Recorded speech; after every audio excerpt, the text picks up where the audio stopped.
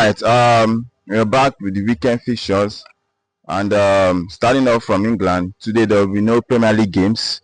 What we'll be having is FA Cup matches, and for today, we'll be starting with Fulham versus Crystal Palace, Brighton versus Nottingham Forest, Preston North End versus Aston Villa, and then the big one, Bournemouth versus Manchester City. So this is the quarterfinals fixtures of the FA Cup. So the winner of this round will go on to the semi-finals of the competition, which will be played at Wembley.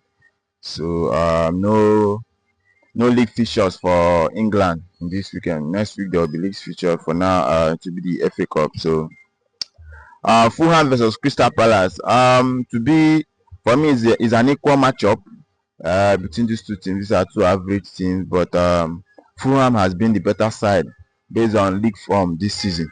So I'm being at home after knocking out Manchester United in the last round. So I will give Fulham the win. So for me, I predict Fulham to go on to the next stage of the competition. And then Brighton versus Nottingham Forest. This is a tough match. Nottingham Forest defeated Brighton in the league this season. Maybe Brighton will want to do a revenge over them. And also, Brighton knocked out Newcastle right there at St James's Park. So um, it's a tough one. It's a tough one. It's tough fixtures. But I'll still go with Nottingham Forest based on their current form at the moment. And then Preston North End versus Aston Villa. For me, this is the end of the road for them. They've tried just like Plymouth did. They pushed their luck, and eventually it ended at Man City's hand. But for Preston North End playing against Aston Villa, this is an opportunity for Aston Villa to win a silverware after a long period. So with the squad Aston Villa have, of course, Aston Villa over not Preston North End, except there's an upset, which for me I feel like there won't be an upset in this one. And then for Bournemouth versus Manchester City, this is a tricky one.